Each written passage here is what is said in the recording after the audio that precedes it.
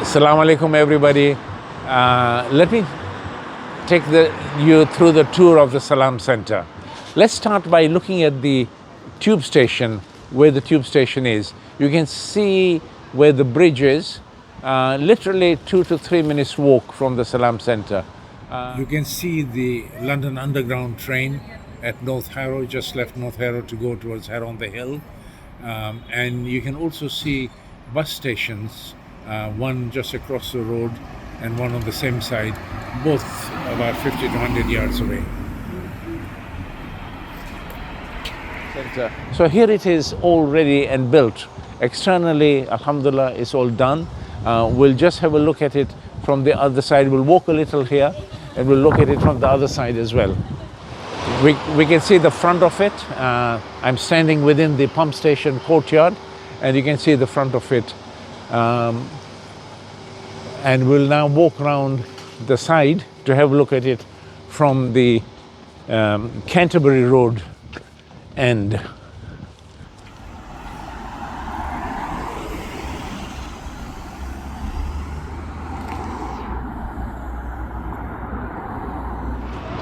Currently, we have our functions on the ground floor of the green porter cabin that you can see, and the pair of two houses there that you can see on the right, white in color.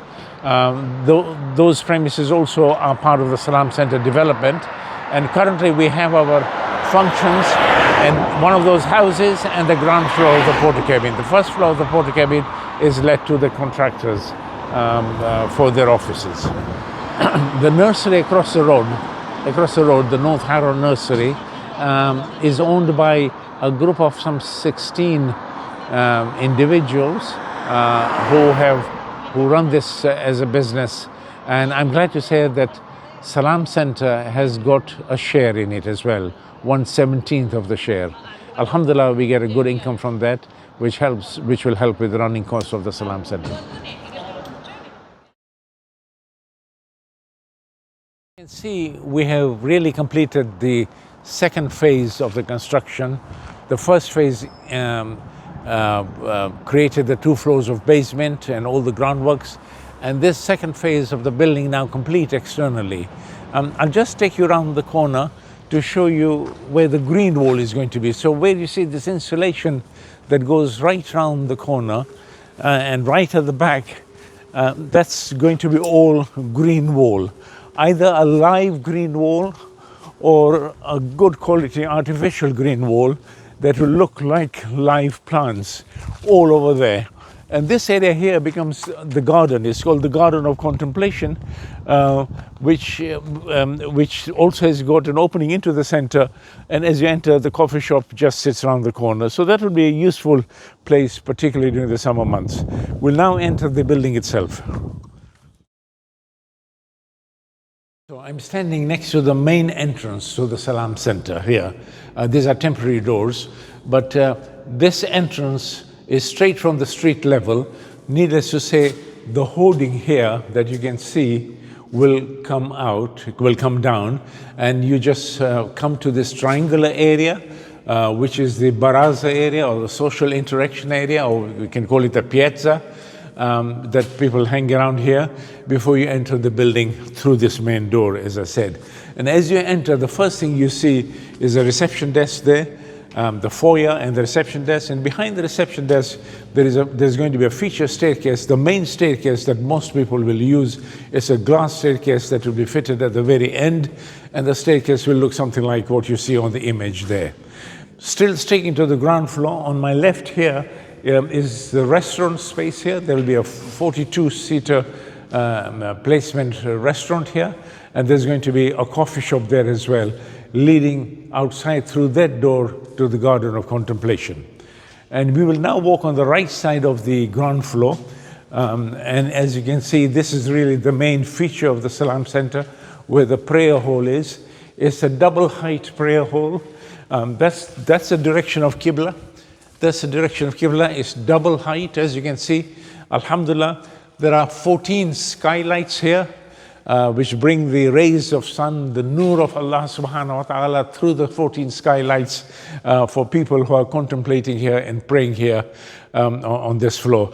About 250 musalla spaces here. There's a men's wudu area there. There's a women's wudu area there. Women come down the corridor here and enter from there. And there's obviously going to be a partition here, a movable partition for the Jama'ah prayers, and the women will be on the right side and the men will be on the left side. If the number of people in the congregation exceeds 250, then they can pray on this mezzanine floor that you can see from here. Another 750 people can be accommodated on the mezzanine floor, on the first floor. So we'll now walk up to that mezzanine floor.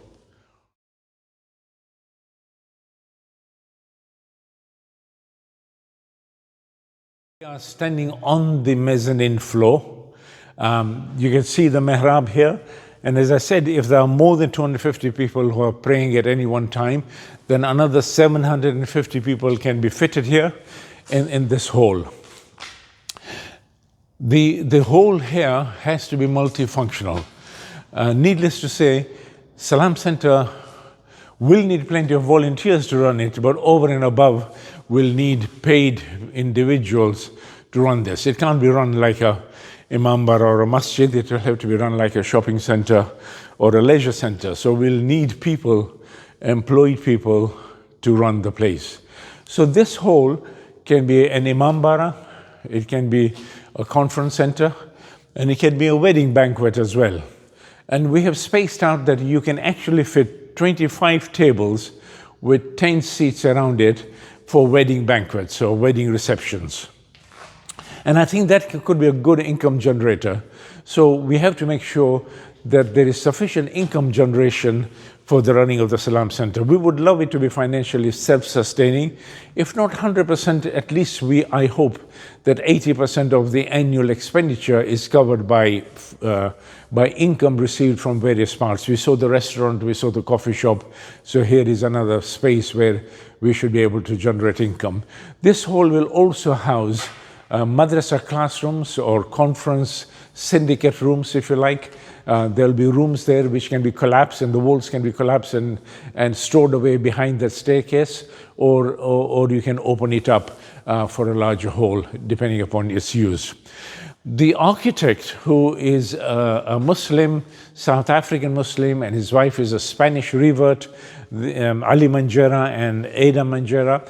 Ali was a student of Zara Hadid, the famous Iraqi architect, who designed lots of iconic buildings globally, including one of the Olympic buildings in London. So Ali took our history. Where have you guys originated from? So we told them from Iraq, Iran, Pakistan, India, Gujarat, East Africa, and UK. So from each one of these locations, he's incorporated design within the fabric of the building. So give you an illustration. If you look at that ceiling on that poster there, that ceiling is actually Isfahan design. So the ceiling of the prayer hall mimics Isfahan design. We'll now walk further down this hall, and we can see, I should have pointed out downstairs that we have two sets of lifts. So those who can't manage the stairs, they can come up this lift or another set of lifts there as well. On this first floor, we also have a roof garden. So olive trees with seating areas spaced out here. It can be a good social space here, weather permitting, that you can enter and enjoy the sun. So this opening is the feature staircase, which obviously gets fitted at the very end. On this side of this first floor is essentially the youth area. So we have the noisy youth area and the quiet youth area. Let me explain. So here is the social interaction area. So we'll have badminton, sorry, I beg your pardon. We'll have table tennis, we'll have carom, we'll have darts, we'll have pool table, etc. For the youth enjoy. And that ceiling here is Mughal India design. On this side, we have the quieter area, we have the IT room, we have the library that extends right at the back there. So this is at the quiet area. So O-level student or GCSE student, A-level student can come here in the evenings and weekends to do their studies. etc. And this library here extends right up to here.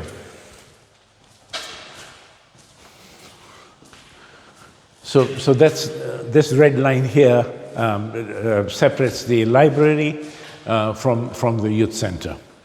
We'll go now one floor up again.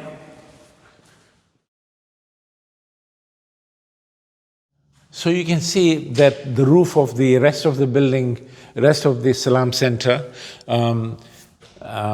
So essentially, we finish at the first floor level, except here where we come to the second floor level as well.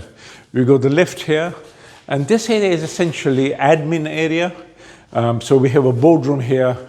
We have the CEO or the managing director's room.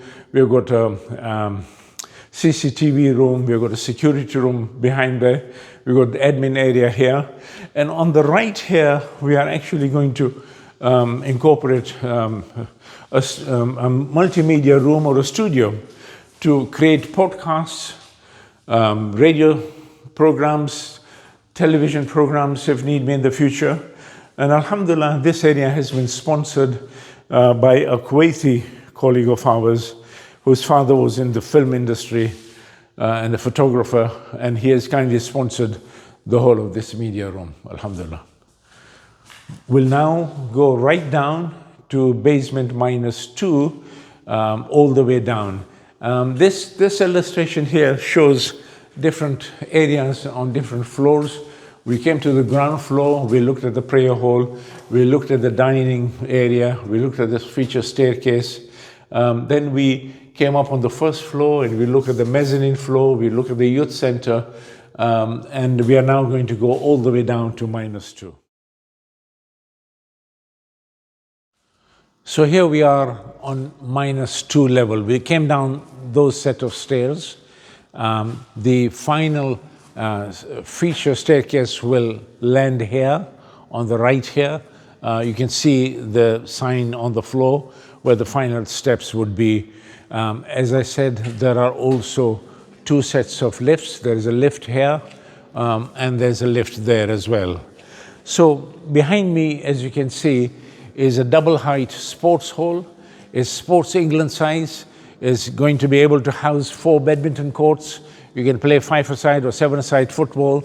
A double height for volleyball, for basketball, netball, and you can play net cricket as well. So this again is going to be a good earner.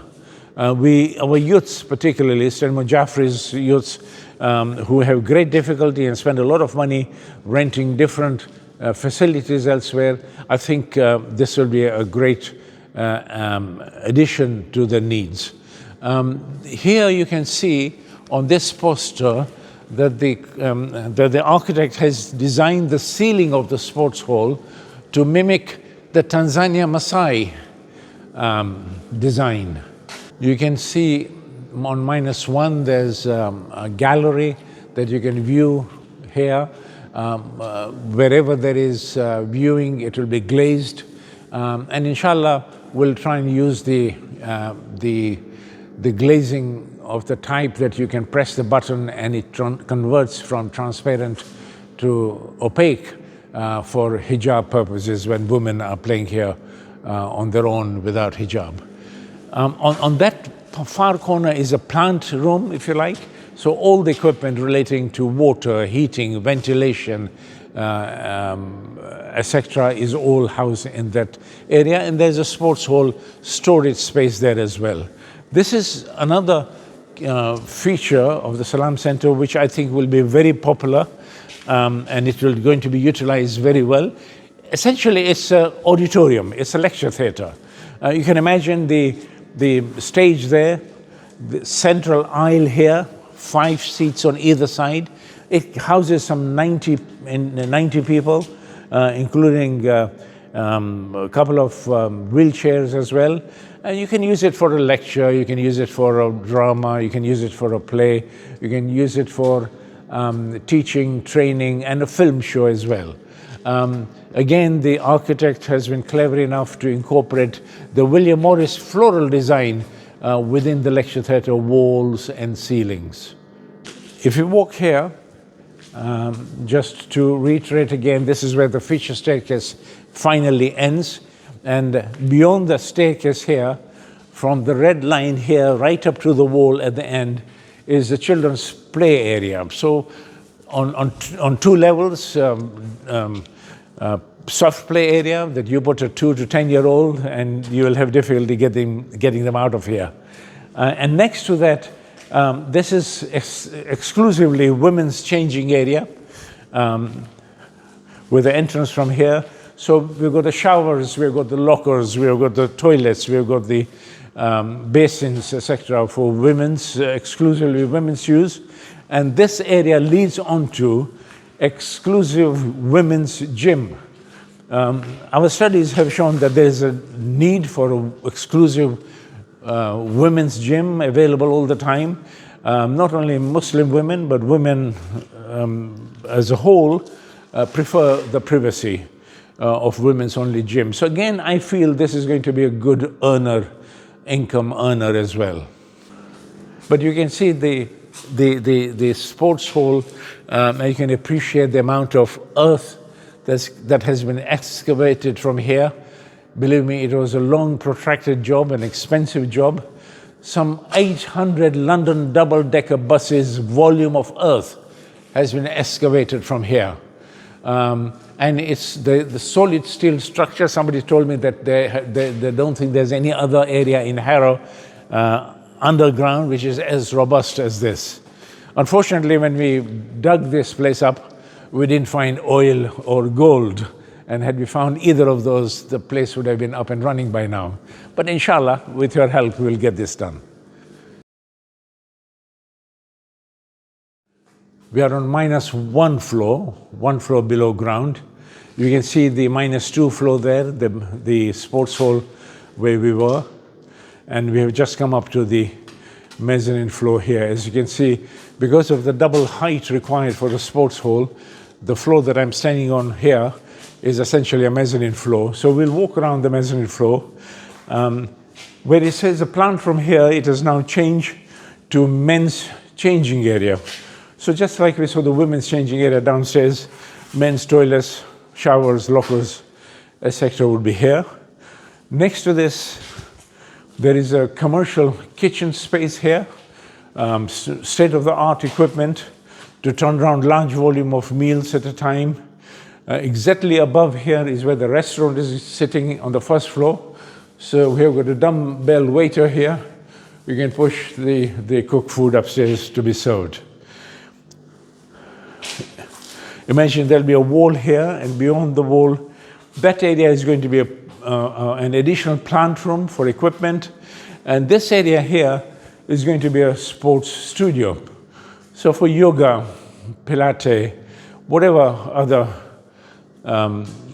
other activities in the vogue, we will have the activities here, inshallah. We'll now walk across to the other side of this floor.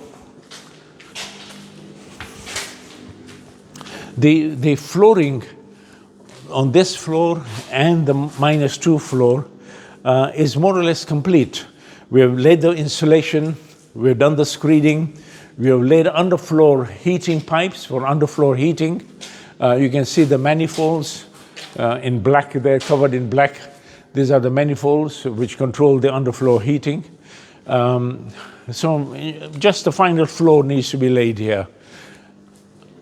This opening again reflects the feature staircase, which will obviously stop here as well before we carry on down. This area here, where I'm standing now, will essentially become a beauty salon, hair, nail, and also has got about 4 consulting rooms for physiotherapy, for massages. We could have dental practitioners doing some screening programs now and again, a medical practitioner, GP, doing some screening programs. So again, I think that would be a very useful area for developing individual health and well-being. And leading on to that triangular area, which is above the plant room on the ground, on the basement -2 floor, This triangular area will be designated as a wellness center. So by that I mean, again, we want to bring in some water features, maybe a jacuzzi, a sauna, a wet sauna, dry sauna, for it to be rented out to family functions, a group of women, group of men, in a Muslim environment, in Islamic environment, to have all those facilities that one can enjoy for their wellness, both physical and mental well-being, inshallah. Again, I think it will be a good income generator, inshallah. So that completes our tour of the 5 floors of the Salaam Center. I hope you all enjoyed it. Okay. So alhamdulillah, we have reached the stage that we have reached. The next phase is fitting out the internal area so that we can move in. All the functions of Merali to date, since the construction began, are held in the ground floor of that porta cabin that you can see, the green porta cabin, and also the 2 buildings around the corner. One of those semi-detached houses are also utilized during Ramadan and Muharram particularly for the everyday function. So we are desperate to move in here, and the sooner we move the better. The intention is to at least fit out 1 or 2 floors so that we can move in from the porta cabin. I think the moment we move in here, I think there'll be more buzz and more enthusiasm by everybody. Salaam Center is one of the perhaps 25 Shia centers in London, or North London actually. Alhamdulillah, all the centers are doing fantastic, grand jobs. Within 15 minutes drive from here, we can reach Hayfield, our Hujjat Hayfield. We can reach Az-Zahra Center, the Pakistani Center in Watford, Imam Hussein Foundation, the Afghani Center in Watford, Hujjat Stanmore, Bustan-e-Zahra when they occupied the Hero Leisure Center, Babul Murad in Sudbury, and also the Al-Kafil's Iraqi Center in Alperton as well. And if you look at all of those centers, all of these centers, and many more as you move towards Willesden, the Iraqi centers, Darul Islam, Al-Khouy Center, etc., the Islamic Center England, Ayatul Gulpegani Center in Holland Park, all of these actually serving the community very well, I think. We have got full-fledged of Muharram, Ramadan programs, and including celebrating the birthdays of our Prophet and Aimma alayhi salam, and the wafat of Prophet alayhi salam as well, as we do here at Merali. But we want to take it to a different stage now. We really feel that there is a need for us to invite the members of the wider community to our center. This is vital. Of course, when we came to UK, alhamdulillah, with the vision of Mullah Asghar and his colleagues, Habib Walji, etc., we did the right thing. We built the centers everywhere that we settled down. And that was 50 years ago. But as a next step, we have to create a center where professional to professional, businessman to businessman, student to student, we will feel proud to bring the non-Muslim people from other faith and no faith to our center. We have such rich values as taught by Rasulullah sallallahu alayhi wa sallam, and as interpreted and left by Aimma alayhi salam, that we have kept it too close to our chest, I feel. We need to open the doors, let others come in and look that we share the same values. We wear the same clothes, we eat the same food, we speak the same language, but let's just interact so that we learn from each other. It is important, I think, that we do that. And I think it is our duty to do that. Unfortunately, none of the existing Shia centers do I feel comfortable in inviting my non-Muslim friends to come to.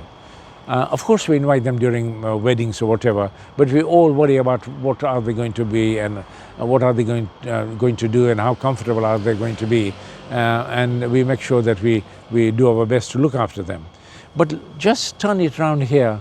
If I invite my fellow medical doctor, a GP who is a non-Muslim in Harrow, and tell him, look, there is a lecture on diabetes and its management in the lecture theatre, and if he or she comes and sees the facilities here for his family to enjoy, his or her family to enjoy as well, inshallah, he or she will feel like coming back again uninvited. That's the whole idea. We really want them to come uninvited. Brothers and sisters, my seniors, I'm not saying that we will be flooded with people from the street. People aren't going to queue up here wanting to come in. I think initially it will have to be by invitations. We will invite them here on individual and a group basis and show them the facilities, inshallah. And I think over a period of 10 years, it's possible that 10% of the participants here will be people from other faiths. Inshallah, I think it is our duty to do this da'wah work.